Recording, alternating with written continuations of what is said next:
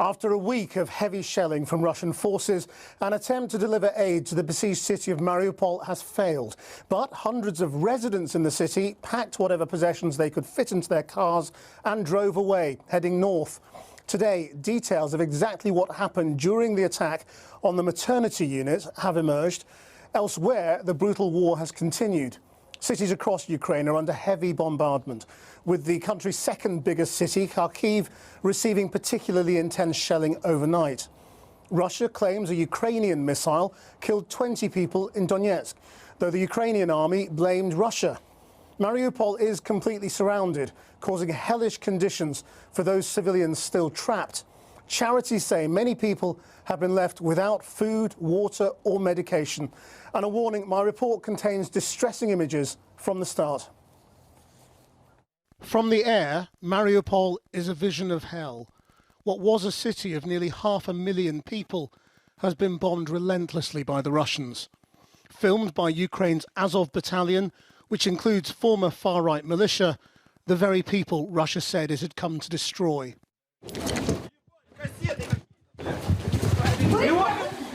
On the ground, those left here have few places to hide.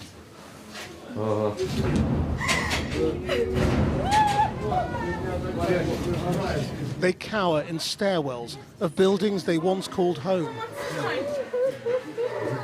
They say more than 2,500 people have been killed in Mariupol so far. Families are being destroyed every day.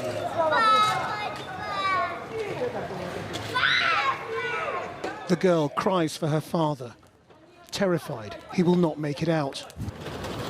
There are no new supplies coming in. No food, no water, no power. It is the definition of desperate. Никакой информации, ничего не знаем. Живем как в каком-то дремучем лесу. Хоть бы что-то нам сказали, что, где, как происходит. Ольченко свалил, вся власть свалила. Остались только какая-то полиция. They cower too in one of the surviving maternity units. This is the city where Russia blew up a maternity hospital last week. The survivors were brought here. But Dr. Marin says one of the most badly injured women and her unborn child died on his operating table. В той день, коли бомбанули роддом, до нас привезли трьох. Одна найтяжча була з розчавленням тазу і відривом правого стегна в шоці. Поки її реанімували, проводили протишокові мероприємства, ми зробили кесаревий розтин, дістали дитину без ознак життя. Протягом більше півгодини реанімація дитини не дала результатів, потім ще півгодини чи більше реанімація матері без результатів. Загинули обидва. There is new life here too. Давай, ножки. Давай, подожди, сейчас.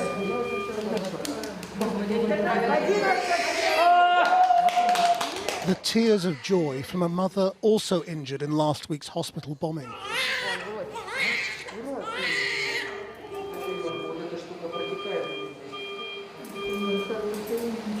But within seconds of taking her first breaths, baby Alana is also hearing the sounds of killing.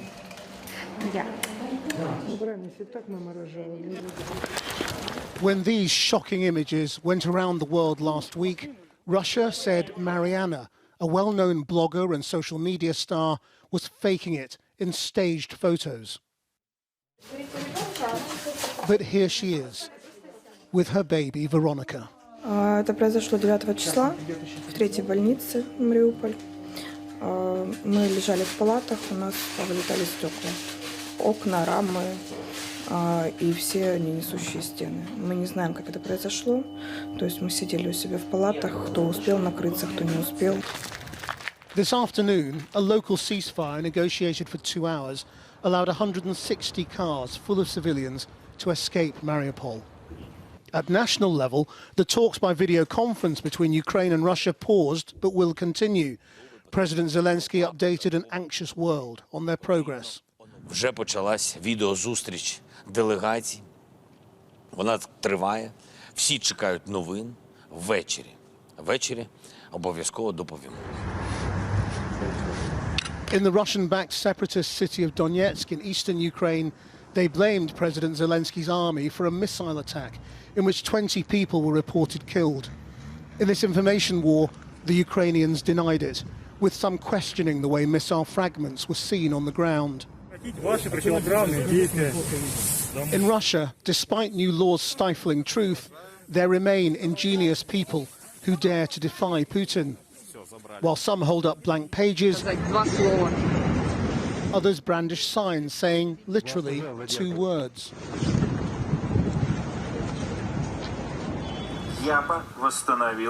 Meanwhile, on Russian television, they have been discussing the return of public executions in Ukraine,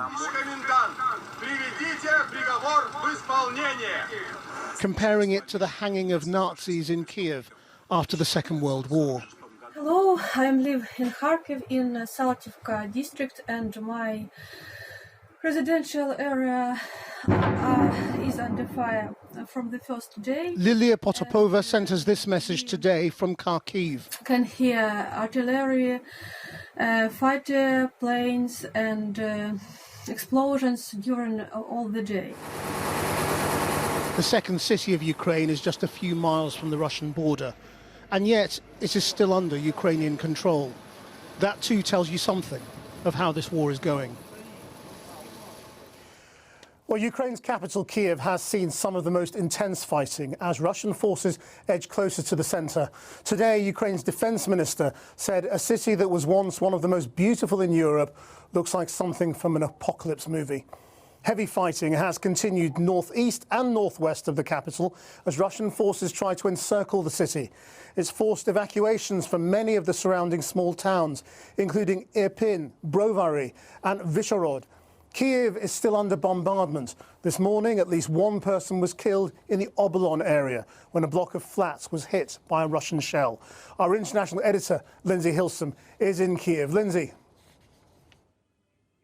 Krishnan, the centre where I am remains relatively quiet, but it's a completely different story in those places that you've just mentioned. Those apocalyptic scenes, they're in the suburbs. When you go there, you think, what on earth are the Russians targeting? The only thing they can be targeting are residential areas, because all you find there are blocks of flats and houses and shops and all the normal things of people's everyday lives. But at this point, with the relentless shelling that they're getting, life in those suburbs has just become intolerable. One shell and a block that had been home to hundreds became an inferno. At first light, the emergency services managed to rescue an elderly woman. Many residents have already left the northern Kyiv suburb of Obolon, but 2 people were killed in this attack and 12 injured. The blackened carcass now stands as testament to Russian attempts to drive away the residents of the capital. So small acts of defiance gain added resonance from a population that's exhausted and terrified, but not cowed. At Kyiv station, we met 2 families from the adjacent block. For them, last night's terror was the final straw. Наш дом весь хитнуло, все окна балконные и квартирные все повыпадали.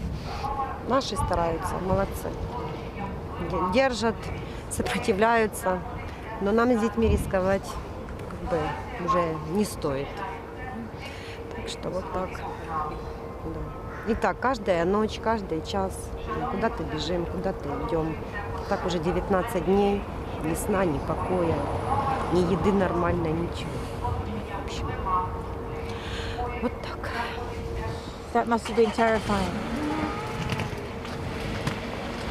So where will you go now, do you know? Poland, maybe. Poland, yeah. Poland, because we are half dead here in Poland. Yesterday, we drove towards Irpin, a satellite town of Kyiv that's been under attack. There were no other vehicles but the volunteer soldiers escorting us. While filming at the last checkpoint before Irpin, we heard the same terrifying sounds of artillery.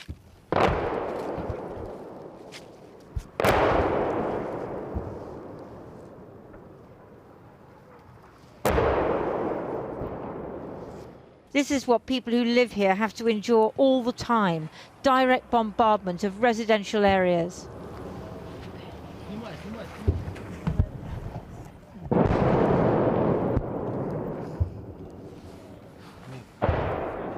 Right, ready? We're at the bridge leading into Irpin. There's been some incoming fire, not clear where exactly it's landed. And we just heard outgoing before that.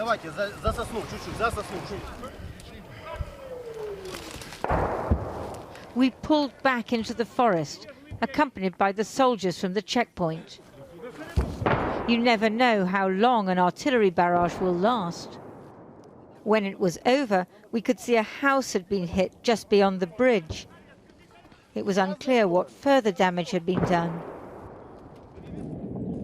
Throughout yesterday, people tried to leave Irpin in ones and twos, some too old or too sick to make it on their own.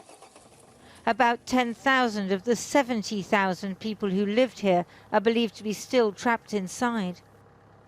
На сьогоднішній день 70% нашого міста – це українська територія, і там українці, а з 30% там є російські загарбники. Але ми робимо все для того, щоб на 100% звільнити наше місто.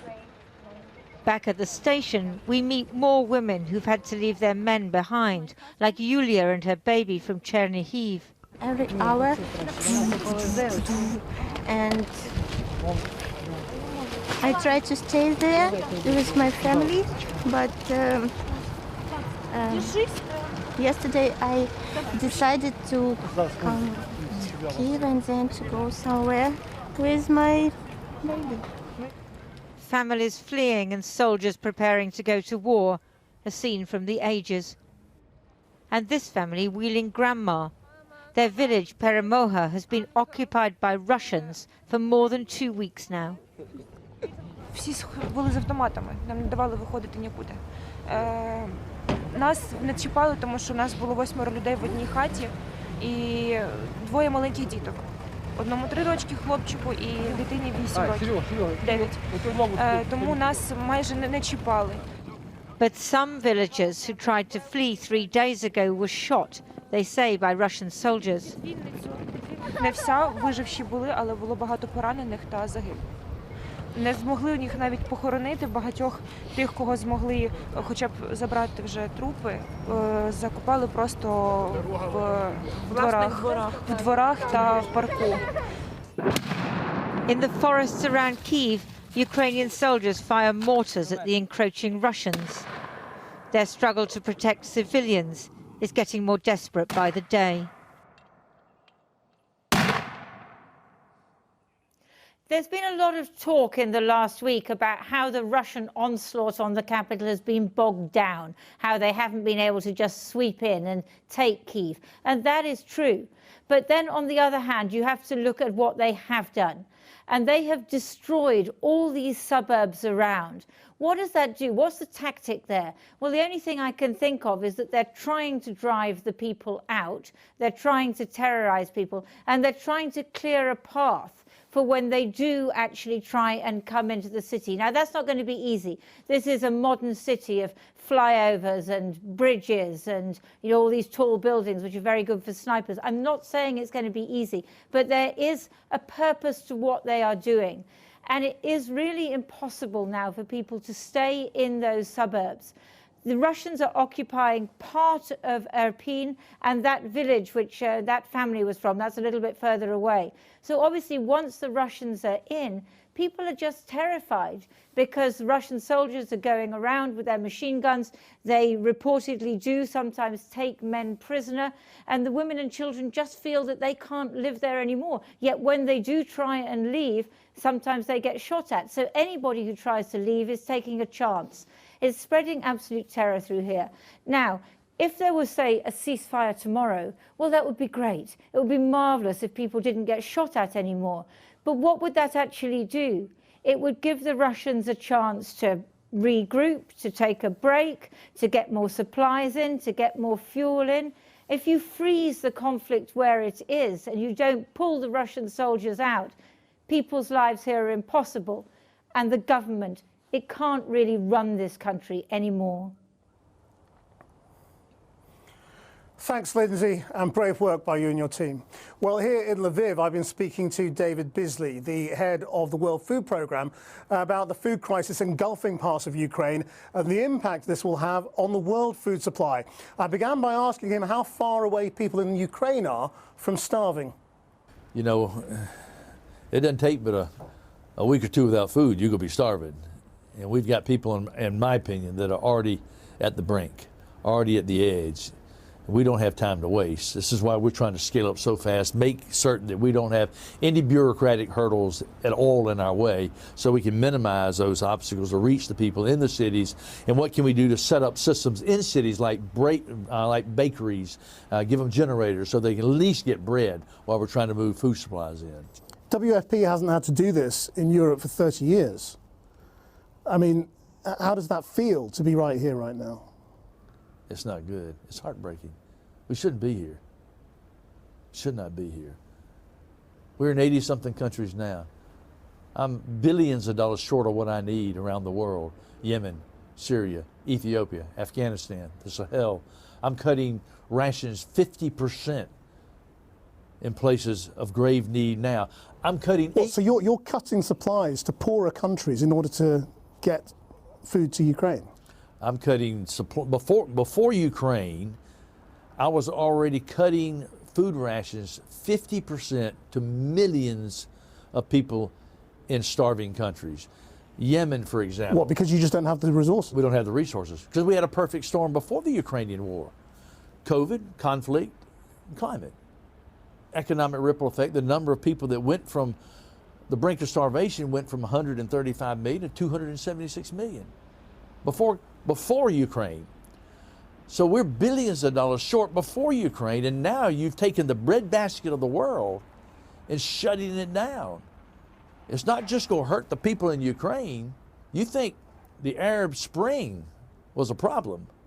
The conditions are much worse than that which was right before the Arab Spring in 2012 for many countries around the world. Fuel costs are spiking. Food costs are spiking, shipping costs are spiking. Our operations alone are taking a $750 to $1 billion hit because of disruption of supply. Okay, so what's the bill? What's the cost you need right now? I need $600 million just in Ukraine for 3 months, and I'm already $1 billion short. Where's it going to come from? Are you going to take the children in Ethiopia and starve them to feed the children in Ukraine? You go take it from Afghan children to feed the children in Yemen? I mean, you're asking me to choose which children live, which children die. That's $430 trillion worth of wealth around the world today. No child should die from starvation, not one. David Bisley, thank you very much. Thank you.